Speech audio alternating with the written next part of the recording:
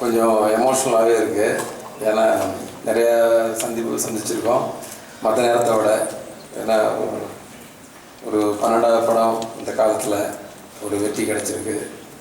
அது தொடர்ந்து இன்னும் கொஞ்ச நாள் வேலை கிடைக்கும்ன்றதுக்கு, சினிமாவில் நல்லபடியாக இருக்கலான்றதுக்கு ஒரு நம்பிக்கை வர்றதுக்காக கிடைச்ச வெற்றியாக இருக்கலாம்னு நினைக்கிறேன்.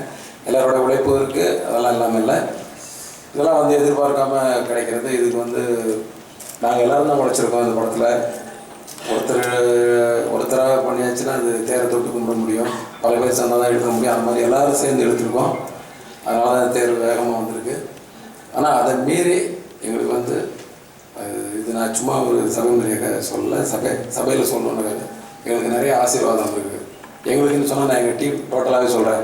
இப்போ சூர்யா சார்லாம் தனி ஹீரோவை என்னால் பார்க்க முடியல, 4வது படம். அதனால் எங்கள் டீம் அப்படின்னு நினச்சி எனக்கு நிறைய ஆசீர்வாதம் இருக்குது. எப்படின்னா நிறைய பேர்கிட்ட எங்கள் வேலையை இப்போ பாராட்டுறாங்க இல்லையா. எப்போயுமே நிறைய ஆசீர்வாதங்கள் கிடைக்கும்போது தான் நமக்கு நம்மளுடைய உழைப்புக்கு இன்னும் கொஞ்சம் அது அப்படியே சுற்றி இருந்து அப்படியே தூக்கி விடணும் அப்படியே நான் நம்புகிறாள். அந்த வகையில் பெரியவங்க நிறைய பேர் எங்களை சுற்றி இருந்து என்கரேஜ் பண்ணியிருக்கிறாங்க. எங்களை நிறைய பேர் நல்லா வரணும்னு நினச்சிருக்காங்க.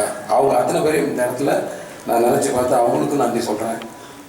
நீங்கள் பத்திரிக்கை